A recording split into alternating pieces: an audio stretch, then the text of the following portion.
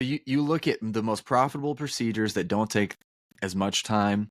And so we look at crowns, obviously, bridges, partials, all these things. And that's our left-hand column. And we're like, okay, how can we fit so many of these during the day? At the end of the day, not everybody's going to need a crown. That's fine. Sure. So we have a restorative column where we have fillings and extractions, which is not restorative, but still, like you have extractions on that too.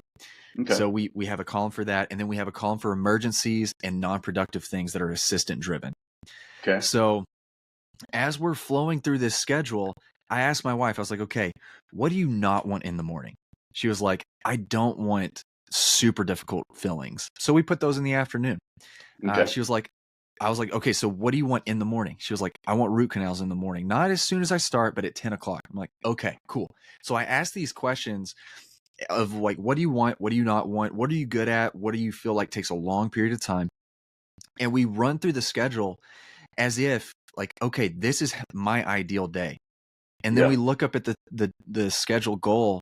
I'm like, okay, does that actually hit the goal? Like, no. Okay, so how are we going to actually hit that goal? So we start at 8:30 with a crown. And then we have a 9:30 slot or a 9 o'clock slot. That's restorative. That's like a 1 or 2 surface filling, just one. Yeah. And then we have an emergency patient at 8:32. So if you're looking at this schedule, it's kind of this blockish schedule. Sure. But that emergency patient's assistant driven. So my wife is numbing the patient in op 1, the crown, to get ready for the crown prep. Mm-hmm. The assistant's already taken a PA and kind of telling the patient kind of what they're finding. Yeah. And then she's coming in as soon as she numbs and confirming what's been found or saying, no, this is what's going on. This is what we need to do. Go ahead and schedule it. Great.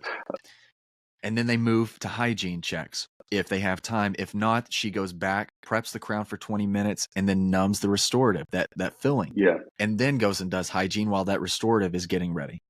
Yeah. So it's kind of a dance. Concept.